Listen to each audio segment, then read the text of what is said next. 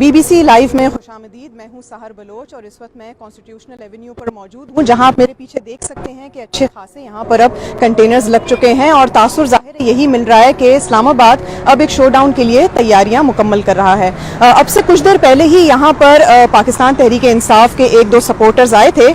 جن کو یہاں سے پولیس موبائل میں ڈال کر لے جا چکی ہے. اس کی ایک وجہ یہ بھی ہے کہ سیکشن 144 نافذ ہو چکا ہے, جس کا مطلب بیسکلی یہ ہے کہ ابھی 5 یا 5 سے زیادہ افراد اس جگہ پر اسلام آباد میں کہیں بھی جمع نہیں ہو سکتے, اور یہ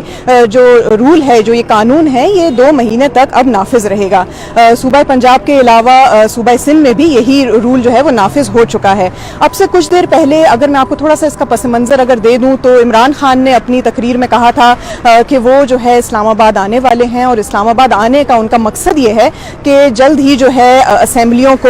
ختم کر دیا جائے اور اس کے بعد جو ہے جلد از جلد الیکشنز کی تاریخ دے دی جائے, اور جب تک جو موجودہ حکومت ہے وہ الیکشنز کی تاریخ نہیں دے گی تب تک وہ اسلام آباد سے نہیں جائیں گے. اس کے بعد سے ہم نے دیکھا کہ کس طرح سے پنجاب کے مختلف علاقوں میں گرفتاریاں بھی کی گئیں, اور اس کے بعد سے یہ جو سیکشن 144 ہے یہ بھی نافذ کیا گیا. آج جو ہے وزیر داخلہ نے بھی, رانا ثناء اللہ نے پریس کانفرنس کے دوران کہا کہ وہ خونی مارچ کو, یہ ان کے الفاظ ہیں کہ وہ یہاں پر نہیں آنے دے سکتے اور نہ یہاں پر ان کو لانگ مارچ کرنے کی اجازت دے سکتے ہیں, کیونکہ آج وفاقی کابینہ کا بھی اجلاس تھا جس کے اندر وفاقی کابینہ نے یہ طے کیا ہے کہ وہ اس لانگ مارچ کو اسلام آباد تک نہیں آنے دیں گے. ابھی تک اگر آپ میرے آس پاس دیکھیں تو پیچھے بھی کچھ جو ہے یہاں پر کنٹینرز رکھے ہوئے ہیں, اور یہاں پر پولیس بھی جو ہے وہ گاہے بگاہے چکر لگا رہی ہے. ایک پولیس کی جو وین ہے وہ یہاں پر کھڑی ہوئی ہے.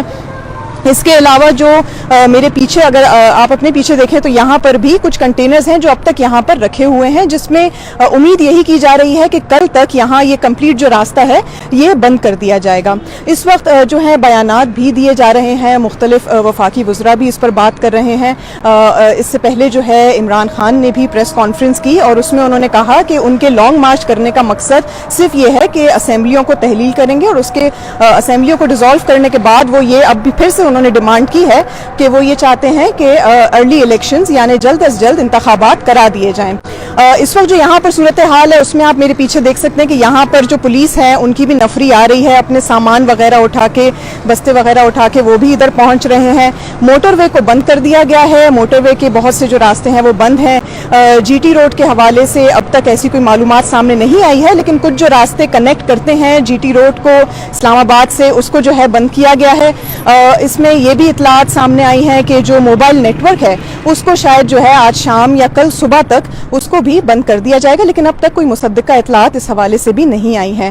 اس کے پہلے ہم نے آج یہ بھی دیکھا کہ اسلام آباد ہائی کورٹ نے ایک آرڈر جاری کیا, اور حکم انہوں نے یہ دیا ہے بیسکلی کہ جو پاکستان تحریک انصاف کے کارکنان ہیں ان کو بلا وجہ ہراساں نہیں کیا جائے گا. یہ جو وہ حکم جاری جو کیا ہے آج اطہر من اللہ نے, وہ اس حوالے سے کیا ہے کہ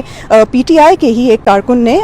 درخواست جمع کی تھی. لیکن یہاں میں یہ بھی واضح کر دوں کہ اس طرح کی جو درخواست تھی اس میں یہ کہا گیا تھا کہ گرفتاریاں نہ کی جائیں, لیکن اس حوالے سے اب تک ہائی کورٹ نے تاحال کوئی بھی حکم جاری نہیں کیا ہے. صرف یہ کہا گیا ہے کہ جو